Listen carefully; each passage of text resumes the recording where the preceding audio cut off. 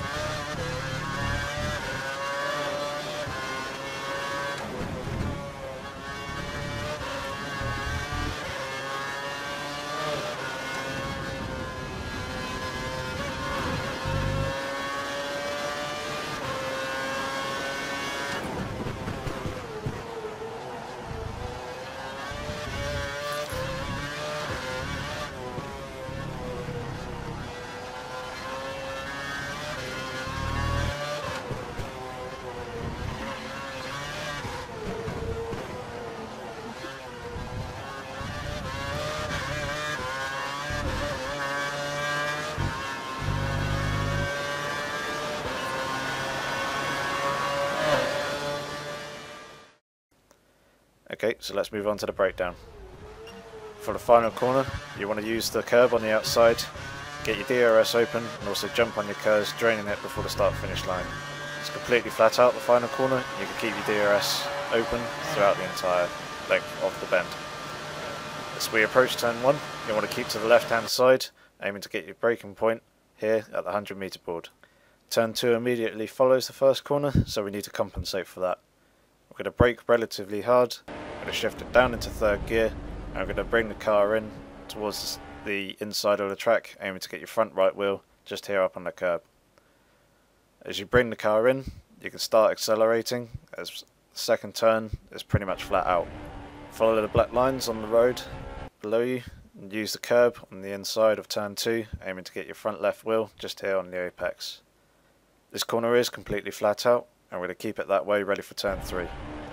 As we come out the exit, we're going to open it up DRS and then shut it as we turn into turn 3, bringing the car in towards the inside of the track, and seeing the UPS board on the inside of the track, we're going to reopen the DRS and bring the car over to the left, ready for turn 4. The reference that I use for this corner is the bridge up at the top of the screen. As soon as that metal framework disappears off the screen, you want to brake hard down into third gear.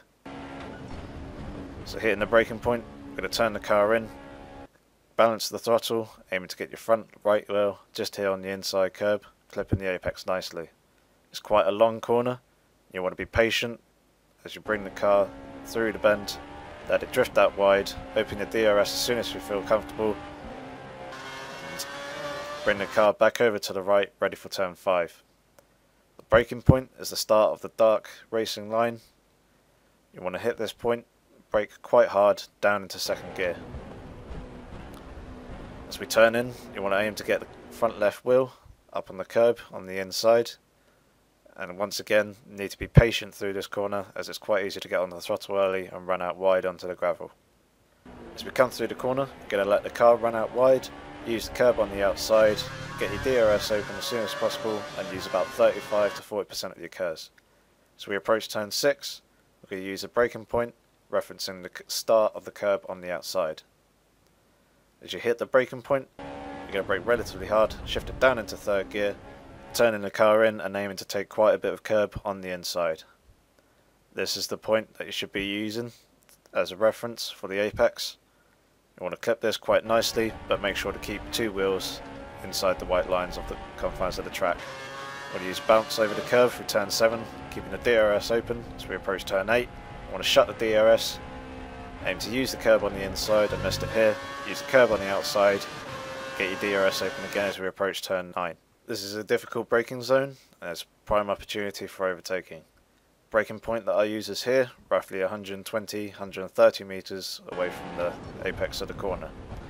I'm going to brake it hard, shift it down into first gear, turn the car in, and use the curb on the inside, aiming to get your front left wheel just here on the red and white curb. Again, it's all about being patient, but as we come out the corner, we're going to slowly apply the throttle, let the car come out wide. You're going to open up your DRS, use the curb on the outside, shift the brake balance to the rear as we come through turn 10, aiming to get your front left wheel just here. Don't take too much curb on the inside as there's a nasty bump and it will step out the rear end of the car. You want to keep your DRS closed for this section. As you come into turn 11, you're going to shift it down into third gear, move the car onto the inside curb, aiming to get your front right wheel roughly here. Be patient, balance the throttle throughout the corner, slowly let it drift out wide, and use the curb on the outside, again getting your DRS open, ready for turn 12. The braking point that I use for this corner is at the end of the curb here on the outside. As the brake balance is to the rear, we can brake quite hard through this section. I'm going to brake hard, shift it down into third gear, bring the car in, use the curb on the inside, aiming to get your front right wheel roughly here. Let it bounce over the curb, let the car run out wide, trying to maintain as much speed as possible. Bring the car back over to the right hand side of the track, ready for turns 13 and 14, the horrible chicane at the end of the lap. Braking point that I use is the shadow on the floor below the Santander board. You want to brake relatively hard, shift it down into first gear, avoid the curb on the inside as it can pull you away from the apex of the second corner in this horrible chicane.